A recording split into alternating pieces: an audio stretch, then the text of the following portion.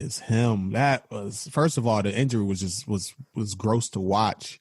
And watching it live, like you seen it, and then they put the camera on his ankle, you just see it like twisted. I'm like, oh my God. So you see that happens, and you just think like, fuck, man, this dude did not get his contract. And what happens now? Where did they go from here? Where does he go from here? Well, that's really tough. That's what a lot of the talk around the league has been. Obviously, some of the first words coming from some of the analysts out there. I know Stephen A.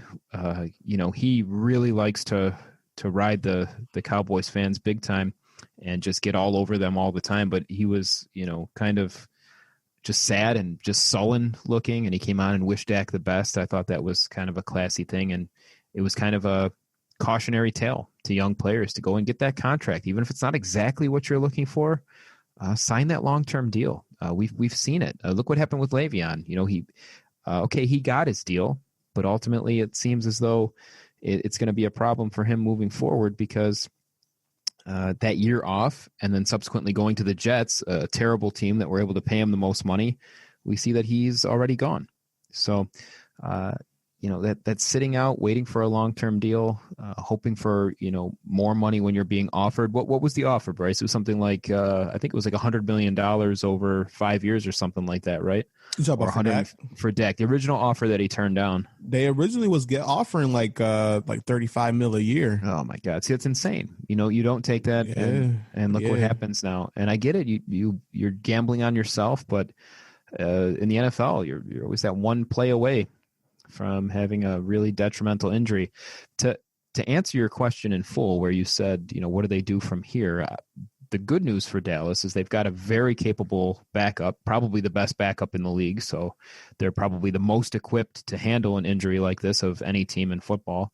They're going to have all kinds of weapons around Andy Dalton now. So they might be okay. They might be okay here. And moving forward, I think Dak comes back. If Dak comes back, he's the starter. Obviously, it doesn't look like he'll be back anytime soon. He's going to have some rehab. He's going to have to, have a good, strong off season and, hopefully be ready to play sometime next year. But the thing is now you don't know what he's going to be coming back. An ankle, it was ugly too. You made mention of it. It was not pretty, and it looked pretty awful. So yeah, that looked like Gordon Hayward when he broke his leg first game with playing for Boston against Cleveland. It's like came down awkwardly, snapped his leg, and I just remember that image. That's the same image I got when I looked at Dak. Man, that shit was gross. But yeah, man, hearts out to him, man. Hopefully he can recover. Hopefully he can bounce back and reclaim his spot. Moving forward though for Dallas, like Andy Dalton, the Red Rifle, good backup quarterback. Could he lead this team to maybe 8 victories, 7, 8, 9 victories? Yeah, possibly. They're very talented, but I don't know if he's going to be able to hold up the scoring end like Dak did, because it's not like he could just come in and be a game manager. Like he has to put up points because that defense is still shitty. That's still probably one of the shittiest defenses in the league right now. So can he come in and win these shootouts? I don't know. Yeah, this Dallas team is just not good.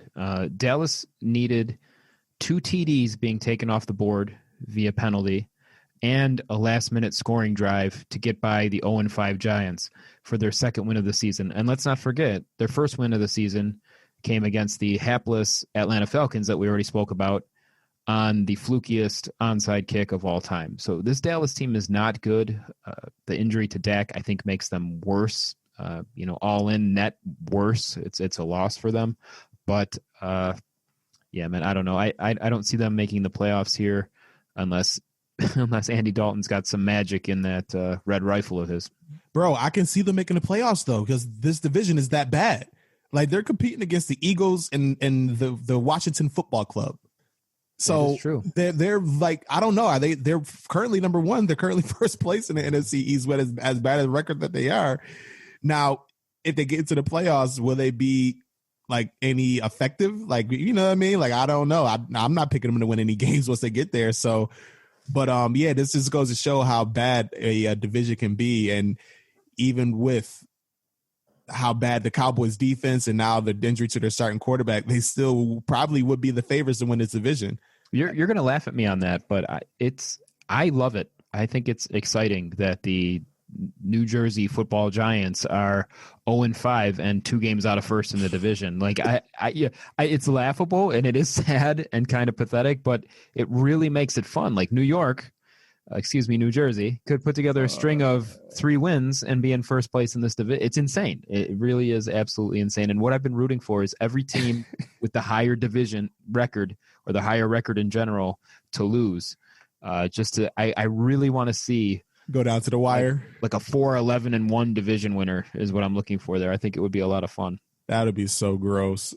The NFL would be a fucking shame of themselves if they let that team play in the playoffs. Oh boy.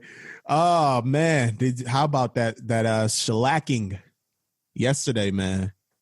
I learned something, Rueter. What's that? I learned something that the Titans are for real. The Tennessee Titans, man. Hats off to them boys. I mean, albeit they had 16 days to prepare, but I mean, to not practice for basically 2 weeks and then to come out and completely dominate, arguably one of the top 5 teams in the NFL up to this point. Well, wow. I think we learned that Derrick Henry is for real. He added a moment for his highlight reel forever. He is now one of the most popular memes on the internet. Him just throwing aside with one hand Josh Norman. But I think you're right. I think that what I discredited about this game, the reason I called this game incorrectly beforehand, was I really thought that the time off was going to be a detriment, and I really thought that the fact that so many of their players and staff members had gone down with COVID, it was a bit more turmoil than I thought. It looks like there wasn't at all. They came in prepared. Like you said, they had an extra few days to prepare for Buffalo, which really seemed to help. And I think the Bills kind of imploded. I don't know what happened there. I mean, teams are going to have bad games, and what you got to hope as a Bills fan is this is just one of those bad games, because on the one drive, 3 false starts in 4 plays that pushed them back. Yeah, that was terrible. The fumble, not the fumble, the interception out of the gate that was essentially a fumble because Josh Allen hit the receiver right in the chest, and the ball pops up and gets picked off. There was nearly a pick 6 that was Josh Allen's fault, where the player who intercepted the ball took it back about 70 yards and nearly scored a touchdown there. The Bills just all facets of the game were terrible, and it showed. And you can't put in that kind of a performance against a team like the Titans and expect to come out with a victory. Yeah, that's a fact, man.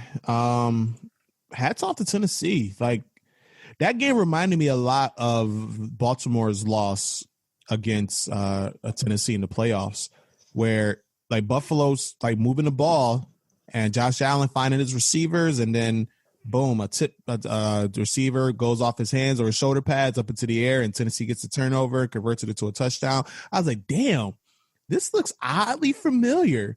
And then next thing you know, Tennessee is up 28-10. I'm like, I've seen this story before. Yeah. Yeah, man. But yeah, if I'm a Buffalo fan, I wouldn't be too upset. Like, no team wants to get blown out. Nobody wants to see that, especially on a primetime game. I've been there, trust me. But yeah, it's one of those things that if I'm a Buffalo fan, I wouldn't panic. I would say that you think there are some things that you need to clean up. Like you said, 3 false starts on offensive line in one drive. That is ridiculous. And that defense, man, they was just getting gashed by the run. Like the Tennessee running backs, Derrick Henry, we've seen what he did to Josh Norman. And then the other running backs, the backups was looking really good, like just running up the middle. So they got some things to figure out there in Buffalo, man. That defense is not what it was last year by a long shot.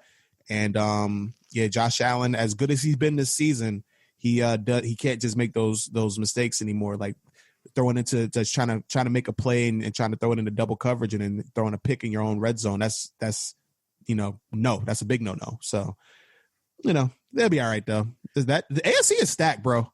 The AFC is stacked, man. This conference, like right now, what Kansas City got to be the favorites, you would think, right? But they just took a loss to the Raiders. Like they just lost to the Las Vegas Raiders, man. Yeah, that was a great game too. By the way, I watched that one start to finish. In lieu of the Bills game this week, the Vegas and Kansas City game was on. I'll tell you, that was a hell of a show both ways. The NFL with these high scoring games nowadays, you look up and down the slate of games, just every team, puts up 30 points. It's insane. But It was great. It was a great football game, back and forth. Las Vegas kind of stayed out in front early, and despite the fact that Kansas City kept sticking around. A lot of credit to Las Vegas there, because we saw, again, a very, very consistent, very efficient Kansas City offense came in and did their thing, put up 32. And generally, that's going to be enough for a Kansas City team to beat you. But hey, man, you know I like Derek Carr, and he did his thing. Henry Ruggs looks like a great addition. Looks like drafting speed finally has paid off for Vegas fans and the Davis family. He looked terrific. And I'll tell you, that Waller is a gamer. I've said it week after week. He's an impressive specimen, man. So all due respect going to him. And, I guess good for the Raiders. John Gruden got these boys playing. It's nice because Kansas City last year like completely blew these guys out. And I kind of just written it off. Like I looked at this game like, okay, this is an easy pick. Kansas City, they're going to kill them. But no, for Las Vegas to go into Arrowhead, like this game was in KC. Let's keep that in mind as well. And it's not the same KC that it usually is where the crowd is rocking. But that's still very impressive. That's still very, very impressive. And shout out to the Raiders. They looking really good, looking really solid. One other thing, I can't quite put my finger on it. I don't know what it is, because Kansas City at times look like they're rolling.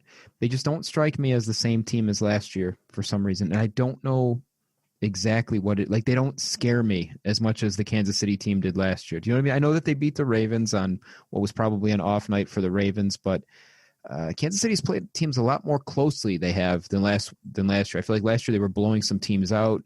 They look like way more explosive last year. Do you know what I mean? And I haven't seen a lot of that this year. Now, there was a long touchdown that was beautiful that was taken off the board due to penalty, but I don't know what it is. They're obviously still the class of the AFC. They're a great team. And I don't know whether it's just insane recency bias just because they lost this week, but they just don't scare me watching them like they did last year. And I don't know if there's any truth to that for you, but no, I feel what you're saying.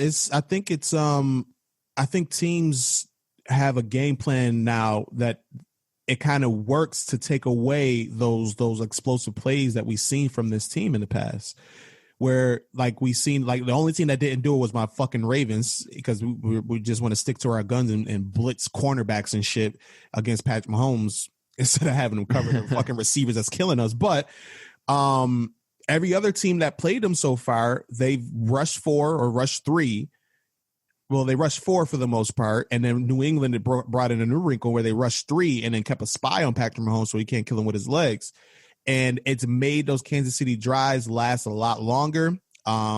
It takes a lot longer for them to get down the field and score, and they're still scoring points. Like Pat Mahomes is still the best quarterback in the league, or one of the top 2, and he's going to make those plays and score touchdowns. But those quick strikes where, remember like the second quarter of games, they was dropping 28 in a quarter. Yeah. Like the game is essentially over going into the second half. Like that is no longer happening, where now like going into the second half, they may have like 14 points or they may have 17 points. And now those other teams, because their defense isn't elite, they're a very good defense, don't get me wrong, but it's not an elite defense, and they have their weaknesses, and you can run on them and you can score points. You can score points against this team. So I feel you. KC, as good as they are, they're still the class of the AFC. They're still the class of the NFL, in my opinion, until that throne is taken from them. But I feel like any team, as long as they stick to a fucking solid game plan and not blitz their cornerbacks, then they'll have a shot. It's interesting because this is a team that none of these teams had any offseason really to speak of, no preseason games. So it may be that, as you've called it, the back half of the first half, this may be where we're starting to see teams kind of put it together. And I just haven't seen it yet from Kansas City. Andy Reid's a great coach. I'm sure he'll have it figured out. And, by, week 8 or 9, this team may just be absolutely rolling and look unstoppable. They haven't felt that way to me yet. Maybe it was a combination of the 2 games that I watched them play, where this one where they lost, and week 1 where they played a very tight game. Who was that against the Chargers? Yeah, in week 1. Yeah, was that week 1? I'm pretty sure it was week 1. Yeah, they opened up the season, right? Yep. And that game was really tight too. So I'm very interested to see how they play moving forward. But I have a feeling that they'll be okay. But just they've got some work to do.